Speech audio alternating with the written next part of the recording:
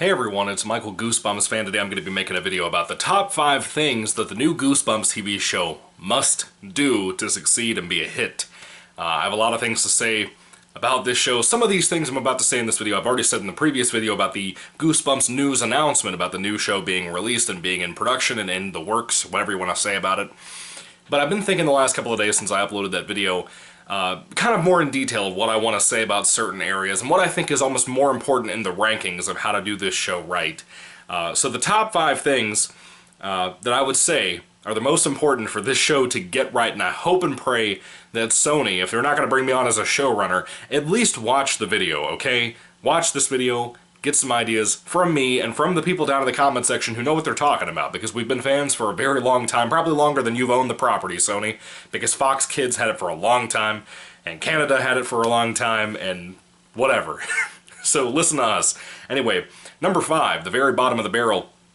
This is one that should go without saying. It shouldn't really have to be said, but I come into a worry because of, number 1, modern day anything in media, movies, books, TVs, comic shows, anything. I don't care what it is, it gets ruined with SJW politics. Do not, Sony, I repeat, you did well with the first 2 films in my opinion. Not all the fans are pleased with them, but don't go that route, and assuredly, don't go for the political route. Do not put SJW pandering in this nonsense. Don't do it. Because that's the way you're going to kill the show at that point. It won't survive. People will not watch it past the first season because of that very reason. People like myself are sick of seeing that garbage everywhere. It doesn't need to be in a kid's show. It's not necessary. And the best example of this already trying to kill Goosebumps, if you don't know this, there's a comic book series from IDW Comics, who I used to respect, but they've become basically the new Marvel with putting politics into everything, especially SJW nonsense. They put it into everything and they've ruined a lot of stuff, but they tried to kill Goosebumps with the newer series of comics that have been coming out.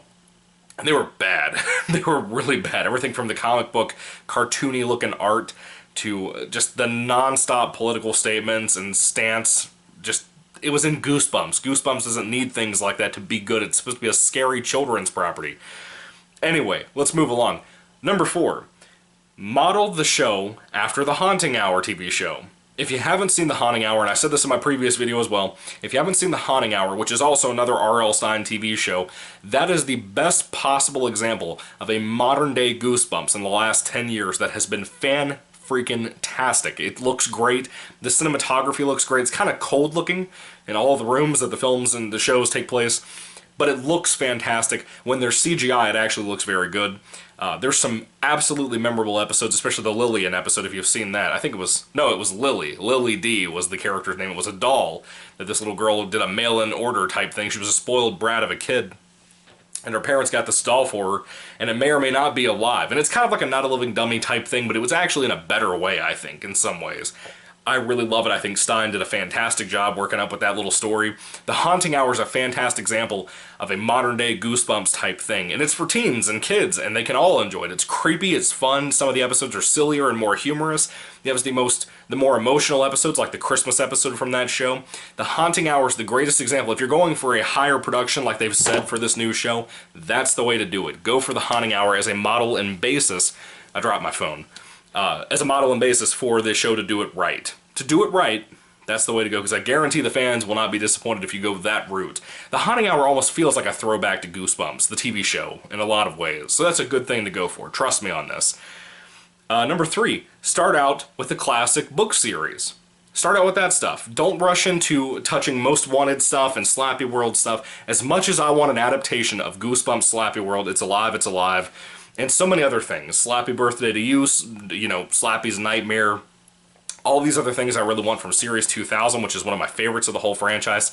Somebody else had mentioned the Give Yourself Goosebumps books, which I also love and adore. I've reviewed a lot of those here on my channel. As much as I love the Give Yourself Goosebumps books, I mean, they're choose-your-own-adventure books, they'd be great premises for stories and ideas for where to take these little ideas for 20-minute short, long stories, or even if you want to do 2-parters or anything like that. That would be fantastic, but I recommend personally to get the older fans and the younger, newer fans into this series. Start the first season off with just classic series, either reimaginings of the old episodes or readaptations, or faithful, for the first time, adaptations like You Can't Scare Me, which the old TV episode was not very faithful to the book. I liked it, it was okay, but I love the book tremendously. Do stuff like Ghost Camp that's never been adapted before. Ghost Camp is fantastic. Do you know how good and how scary Ghost Camp could be for a kid's TV show if you would adapt that? Do the original Night of the Living Dummy that none of us could ever figure out if it was ever made or not. I mean, some people say it has been, some people said it wasn't, some people said it was made and it was too scary to release to kids, so they never put it out. Some people are claiming online that they got test areas of the show. But don't remake something like Night of the Living Dummy 3, which is perfect. It's perfect in my opinion. Monster Blood, Haunted Mask 2, don't remake those. They're not something you should be touching, even though I kind of want to see some new Haunted Mask stuff. But there's 2 other books you can do for that. But again, there's the whole Horrorland series. I've heard a lot of people say they want either a continuation in this show of the R.L. Stine, Jack Black type movies. I don't really think that's the smart way to go. I think each episode, or each 2-part episodes, should be adaptations of the old classic series books just for the first season, then do some other ones throughout the further seasons if it makes it that long, just to try to do it the right way, because you're going to get all the fans invested if you start off in the first season with some really good older stuff to throw back to the old fans and have some newer fans getting into stuff they haven't read before, especially out of print stuff, like, what's an example? Well, Ghost Camp. Ghost Camp's not in current reissue status where they have it out there, and it would be fantastic to see people go find that book and read it and get into it. I would love to see kids' reactions to Ghost Camp if it was a scary, really scary TV episode. Anyway, let's move along. Number 2 on my list. The Goosebumps theme song could not possibly be more important to this show. It couldn't possibly. The 2 films have a really cool soundtrack. I like them a lot, or score if you want to call it that. I like the score for the 2 Goosebumps movies. A lot of people are still pissed off to this day because there's no theme song from the original Fox Kids TV show on that series of movies. I get it, I understand it, but I also understand that as a creator and a person who's into writing and whatnot, I understand in the copyright aspect, you can't possibly maintain the rights to that song. So, one of 2 things you could do here, Sony. Either somehow get the rights to that, even though Disney now owns Fox Media, pretty much, entirely. I don't know how we're going to do this, so you probably can't get the theme song on here. But do something similar to that. Make something as catchy. Get the original writer for that old song to do something really spectacular and new, if he's alive, or she's alive, I don't know. But do something like that. Do something that's a really nice little reference to that. The Haunting Hours intro was really very much like a Goosebumps type thing, sound-wise, with the design for the melody, the intro of the show. But it wasn't as familiar and nostalgic and memorable, for that matter, compared to the Goosebumps theme song. Everybody can hear the Goosebumps theme song and know immediately they knew it from somewhere, especially back in the 90s, because it was a great time. But that's something I found extremely important. If there's any way possible, Sony, as you watch this video, listen to me over this one particular point. If there's any way possible to get the original theme song for this show, do it. That is the key, the one note on the piano that hits the heartstring of every single Goosebumps fan from the 90s and early 2000s like myself. If you want to get our attention, please listen to me get the theme song on the video. I'm telling you, if you do it, you will win many people over immediately. Even if the show isn't good, you will win many people over for that acclaim alone, and they will stick around just for that theme song. I promise you. Just trust me on this. Okay, and number 1. The number 1 most important point, in my opinion, is to be scary. I've kind of said this in my previous point, on point number 3, but I want to really reissue this and say it with a lot of punch. Make the show scary. Some of my favorite memories from Goosebumps is when I watched Haunted Mask 2 and I couldn't breathe because the young boy in the show, Steve, I believe is what it was. Yeah, Steve, because Chuck is the one that's not wearing the mask. He's wearing an old man mask and it kind of affects his body. He can't breathe properly. It's kind of taking over his body in general.